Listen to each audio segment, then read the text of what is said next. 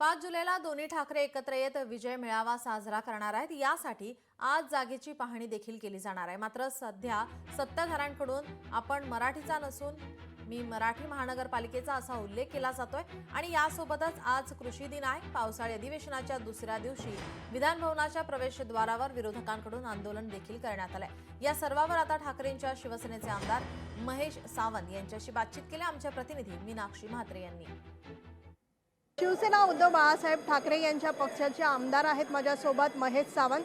Sir, 5 जुलैला विजयी मेळावा काढण्यात येणार आहे। दोन्ही ठाकरे बंधू एकत्रित असतील।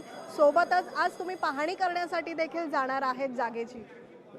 भविष्यात एकच नारा असणार आहे की ठाकरे सरकार, त्यामुळे ही सुरुवात आहे आणि याची सुरुवात अतिशय चांगली होत आहे।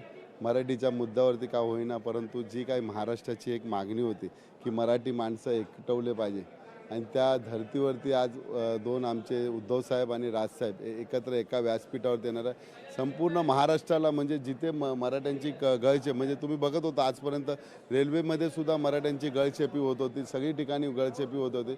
आज तुम्हाला माहिती आहे मुलुंडसारख्या ठिकाणी मराठ्यांना विकत घ्यायला देत नव्हतं। मध्ये डोंबिवली अंबरनाथला एखादा मराठी भाषिकवरती अन्याय होता, तो अन्याय आता मराठी भाषेवाल्यांचा दूर होणार आहे, कारण मराठ्यांचे 2 वाघ एका मैदानात उतरणार आहेत। मग हा महानगरपालिका छोटी आहे, मग हा महाराष्ट्राचा आहे आणि महाराष्ट्रामध्ये मराठ्यांची सत्ता आली पाहिजे, एवढंच। 5 तारखेला संपूर्ण महाराष्ट्र एक होणार आहे आणि मराठ्यांची ताकद दिसणार आहे। खूप खूप धन्यवाद। व्हिडिओ जर्नलिस्ट विनीत पेडणेकरसह मीनाक्षी म्हात्रे, लोकशाही मराठी, मुंबई। लोकशाही मराठी, ऐका, पहा, जागरूक रहा।